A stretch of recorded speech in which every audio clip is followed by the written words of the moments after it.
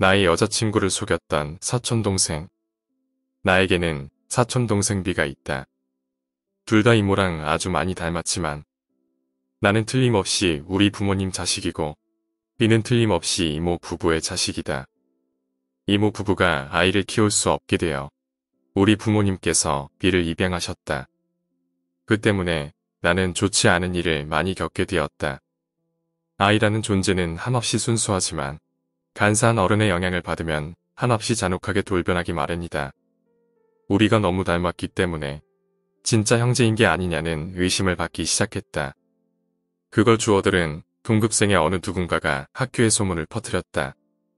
그 때문에 아버지는 처제와 바람을 피운 천하의 몹쓸 놈이 되어버렸고 더럽다며 나와 B는 왕따를 당했다. B의 잘못이 아니라는 것은 알지만 어린 시절 이런 일을 겪었어야 했던 나는 B를 원망하는 일도 적지 않았다. 우리들이 진정한 형제로 거듭나게 된 것은 고등학교 3학년 말이었다. 싸움의 원인이 무엇이었는지는 잊어버렸지만 엄청나게 싸움이 커져서 B는 어깨가 탈구되고 나는 갈비뼈에 금이 갔다. 둘 다 푸르딩딩해질 때까지 치고받고 싸웠다. 원망하던 것들과 괴롭던 것들을 전부 다 쏟아내고는 사이좋게 입원한 병상 위에서 화해를 했다. 서로에게 잘못이 있는 게 아니라는 것쯤은 알고 있었다. 트라우마를 질질 끌며 서로 충분히 으르렁거렸다. 모든 원망을 쏟아내고 나니 생각보다 쉽게 서로를 이해할 수 있었다. 가십이나 좋아하는 그 주부들 따위 죽어버리라지 하는 나의 말에 B는 맞장구를 쳤다. 병원에서 죽어버리라는 말을 한 탓에 우리 둘 다 의사 선생님이나 간호사들에게 호되게 야단맞았지.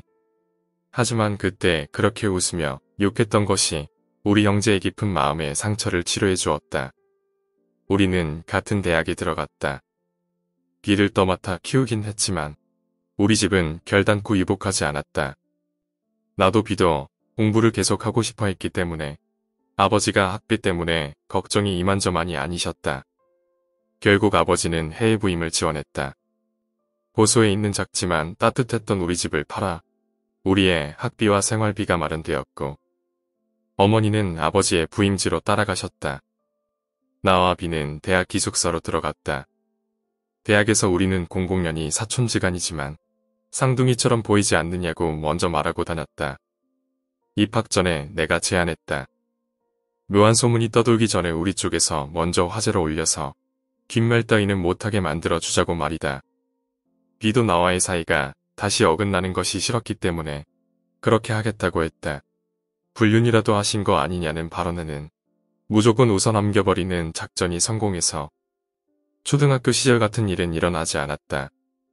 본인들이 천연덕스럽게 웃어 넘기니 아니겠지 하며 이상한 소문은 조금도 나지 않았다. 우리는 겨우 진정한 형제가 되었다. 정말 쌍둥이나 다름이 없었다. 좋아하는 여자도 같았고 들고 싶은 동아리도 같았고 관심이 생기는 수업도 같았다.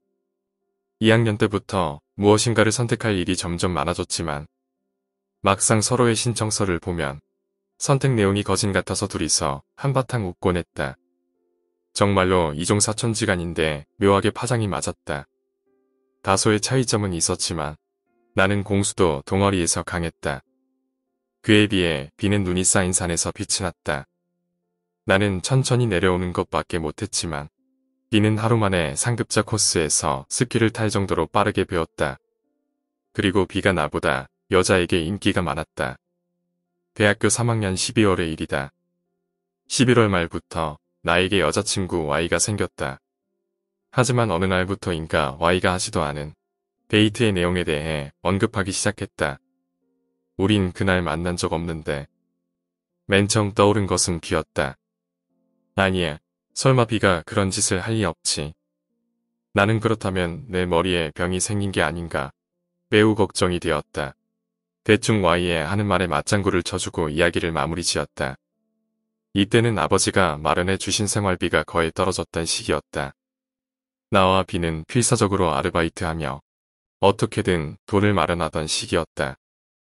생활을 꾸려나가기도 벅찼는데 병원에 갈 여유 따위는 없었다. 하지만 험난하던 중고등학교 시절의 기억들도 점점 희미해져 가는 것이 느껴졌다. 겁이 났다. 정말로 뇌에 무슨 이상이 생긴 게 아닐까. 혹시라도 젊은 나이에 치매라도 걸려서 비를 고생시킬지도 몰라. 차라리 그러면 다행이지. 식물인간이 되면 어쩌지. 그럴 바엔 차라리 죽는 편이 나아. 비에게 부담을 지우고 싶지 않아. 비만이라도 훌륭하게 성장해줬으면 좋겠어. 진심으로 그렇게 생각했다. 크리스마스 이브에는 비가 일하는 편의점에서 대신 일했다. 비가 몸이 안 좋다기에 형님이 대신 일해주지 하며 집에서 쉬게 한 것이었다. 게다가 교대로 와야 할 야간 타임에 아르바이트생이 감기로 쉬게 되어 나는 아침까지 일을 하게 되었다.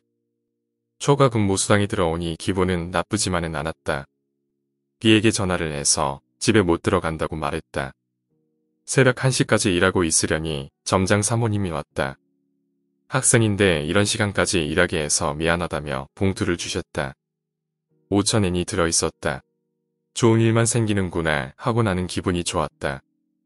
집에 가는 길에 반찬 가게에 들려서 나와 비가 좋아하는 가라아게를 잔뜩 샀다. 기숙사에 돌아오니 고요했다. 자고 있을 것 같아서 깨우지 않으려고 부엌 불만 살짝 켜고 냉장고에 가라아게를 넣었다. 그런데 갑자기 여자의 목소리가 들렸다. 와이였다. 돌아보자 와이가 어깨까지 담요를 덮고 있었다. 와이와 함께 있는 비의 벗은 몸이 보였다. 부엌에 든 식칼이 눈에 들어왔다. 나는 와이의 말에 대답하지 않고 오로지 식칼만을 바라보았다. 나는 저 식칼을 손에 쥐고 싶은 충동이 점점 강해짐을 느꼈다. 하지만 그렇게 하지 않았다. 손을 뻗어 식칼을 잡기 직전에 아버지의 얼굴이 눈앞에 떠올랐다. 마음을 추스렸다. 와이는 겁에 질린 얼굴로 이런 나를 바라보고 있었다. 기나긴 한숨을 쉬었다. 비는 자고 있었다. 와이는 옷을 대충 챙겨 입고 허둥지둥 나가려고 했다. 택시가 잡히는 곳까지 데려다 주겠다고 나도 따라 나섰다. 와이는 자꾸 나를 비군이라고 불렀다. 비를 두들겨 깨워서 와이를 보냈다고 말했다. 비의 짐을 다 내던져버리고 비도 내쫓았다. 오밤 중에 기숙사에서 온통 소란을 피운 덕분에 같은 층의 학생들에게 민폐를 끼치고 말았다. 비는 거의 2주 가까이 나를 따라다니며 무릎을 꿇고 사과했지만 나는 무시했다. 내가 가는 길 방향에 있을 때는 주저하지 않고 밟고 지나갔다. 그렇게 철저히 무시하기를 지속하자 비는 사라졌다. 그렇게 비가 사라진 후 몇 주 후에 교수님이 나를 불러냈다. 선불로 지불해둔 내년의 학비를 건네주셨다. 비가 자퇴서를 내려와서 학비를 환불받고는 형에게 전해달라며 교수님께 맡기고 갔다고 말씀해 주셨다. 와이는 그때 그 농담이 아니었음을 알게 되었다. 와이는 내게 사과하러 와서 헤어지겠다고 말했다. 그대로 우리는 헤어졌다. 그 후로 몇 년이 흘렀다. 요즘 들어 퇴근해서 집에 오면 현관문 앞에 무릎 꿇고 있는 비가 보인다. 내가 보는 환각 속의 비의 목에는 구멍이 뚫려 있었다. 이 이야기를 부모님께 말씀드리자 아버지는 얼마 전에 비가 투병 끝에 죽었다고 하셨다. 비는 부모님께 가서 엄청난 잘못을 저질렀노라고 자백하고 더 이상 형의 얼굴을 볼 수 없다며 학교를 자퇴한 후 호스트 일을 시작했다고 한다. 암이라는 것을 알기 1년도 더 전부터 목의 위화감을 느꼈는 모양이지만 호스트라는 직업의 특성상 영업시간 이외엔 지쳐서 자느라 병원에 갈 시간이 없었다는 것 같다. 알아챘을 땐 이미 인후암이 전신으로 퍼져 골수까지 침범당한 상태였다. 후반엔 약도 듣지 않아서 매일 고문을 당하는 듯 앓다가 죽었다고 한다. 네가 목숨을 걸고 벌어들인 돈은 아버지를 통해서 내 대학원을 졸업할 때까지의 학비로 쓰였다는 것을 이제 와서 나는 알게 되었다. 더 이상 사과하지 않아도 된다고 아무리 말을 걸어도 환각 속의 비는 고개를 들지 않는다. 사람이란 미련을 남긴 채 죽어서는 안 되겠구나. 생전에도 마음고생을 하다 죽고 나서 겨우 용서를 받았는데도 용서받았다는 사실조차 알지 못하다니 지옥이 따로 없지 않은가. 오늘 이야기는 여기까지입니다. 오늘 이야기가 재미있으셨다면 구독과 좋아요, 댓글 부탁드립니다. 댓글은 저에게 큰 힘이 됩니다. 감사합니다.